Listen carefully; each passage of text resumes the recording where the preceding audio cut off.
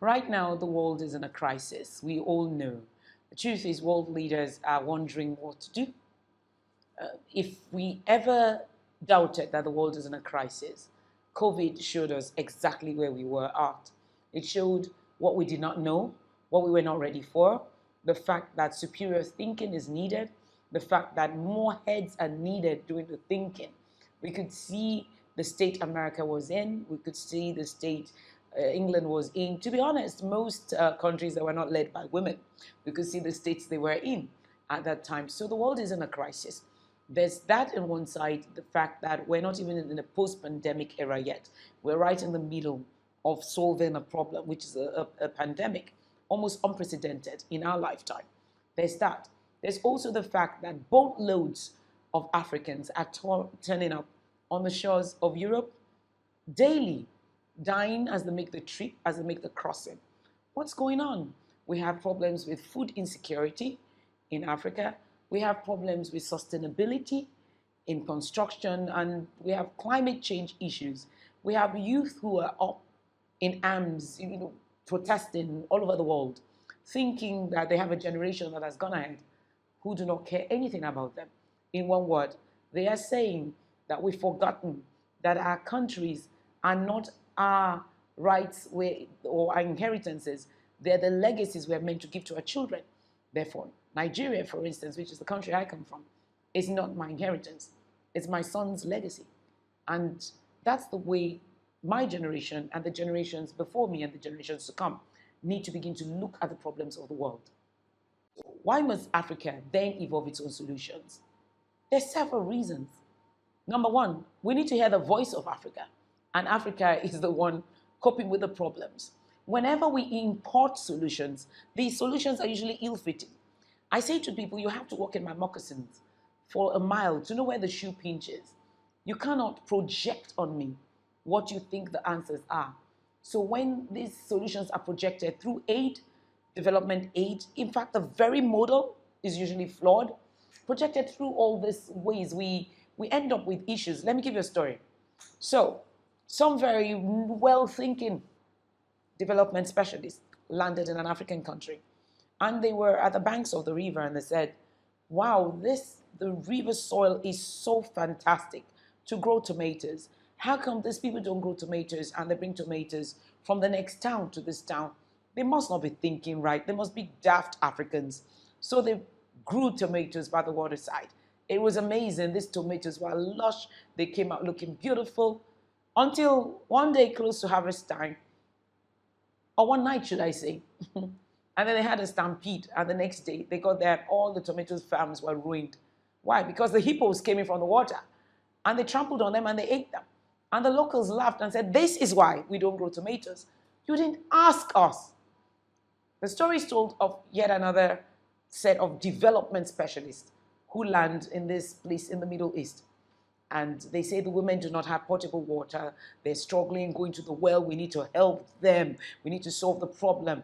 And then they got tap-borne water into the villages. And the women were in distress. So one day, a woman calls one of the developmental specialists and says, we go to the well to fetch water, because that's the only time when we are away from our husbands, and then we can confide in our sisters, and that's our own therapy. That's why that community did not need a shrink, because they got their daily shrink, their daily therapy from the well. So it wasn't about pipe-borne water. What I'm saying is, when you step into other people's ecosystem with that understanding, the dynamics that is beyond infrastructural, there are other things going on, there are issues of aspiration, the zeitgeist, culture, socio-cultural issues, geopolitical issues, sociological issues. We usually come up with half-baked solutions that are like band-aids that just fix a part of the problem. So I was saying to them at MIT Solve, it was a fantastic solution somebody was proposing for climate change. Of course, what should we do? Have a folding car, a car with a little footprint that runs on batteries. Never mind that the cobalt from the batteries is going to come from Congo. And we know how much the people are paid, $1.03 an hour to bring out the cobalt that we need for the batteries. And then Congo is in what it is because of the pandemonium it is, because of the resources. And never mind the fact that the resources are Congo and Africa dependent, and the people are not being taken care of. Let's put it, it's not equitable, it's not fair. Let's forget that. But it's a technology that does not even think of the back end, but it's a folding car. And I said to them, that's very interesting, a folding car.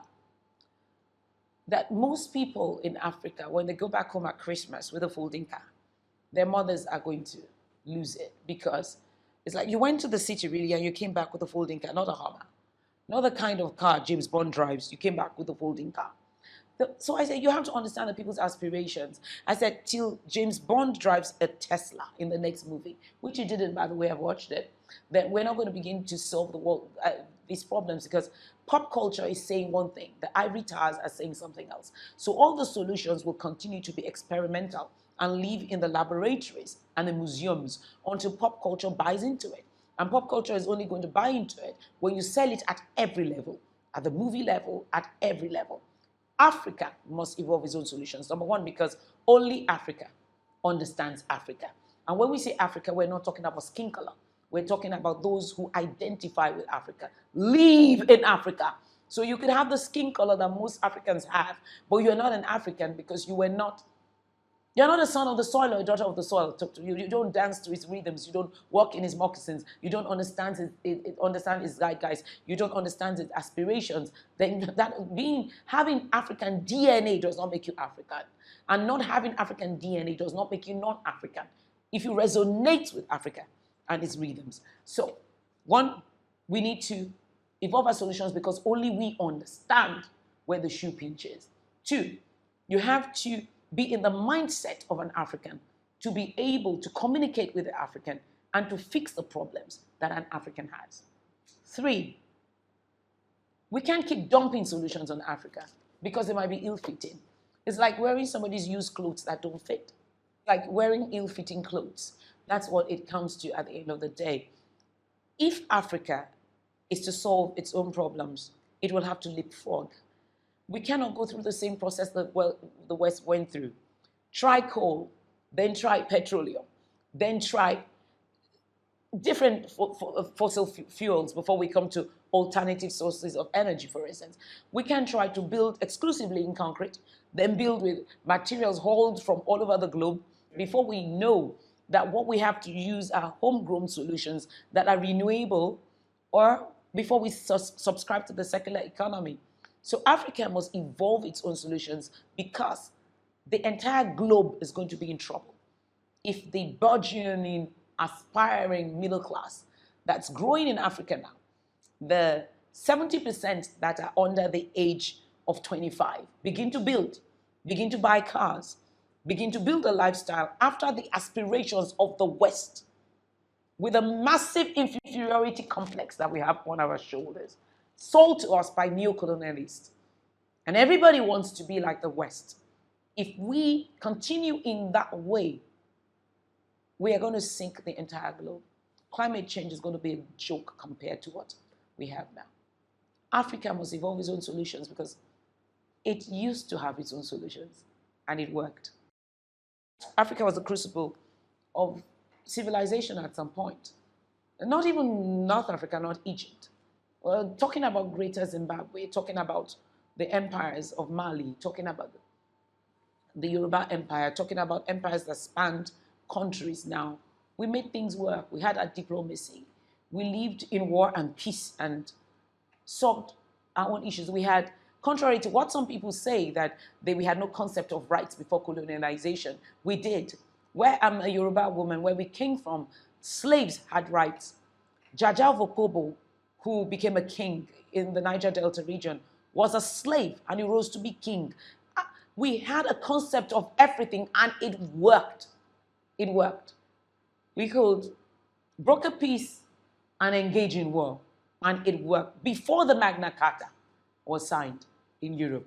So Africa actually has what it takes to evolve its own solutions if the rest of the world would encourage that, maybe by stepping out of the way, maybe by stopping this, maybe by losing this idea that Africa is a huge market where you can dump your solutions, your GMOs, dump your solutions that the West will not take because they will kick back on it. Africa, we need to stop looking at Africa as this huge market that is waiting to be tapped. There was a time when Africa was looked on as this huge market, and we're in this mess because of it. When imperialists looked at Africa as a huge source of labor, of natural resources, and that's all we represented. And what did we have? The problems of slavery, problems of race issues. Every time when the rest of the globe does not see Africa as what it is, equal human beings with equal civilization who have solutions, we end up creating legacy issues down the line. 50 years, 100 years down the line, we have problems that there are no solutions for.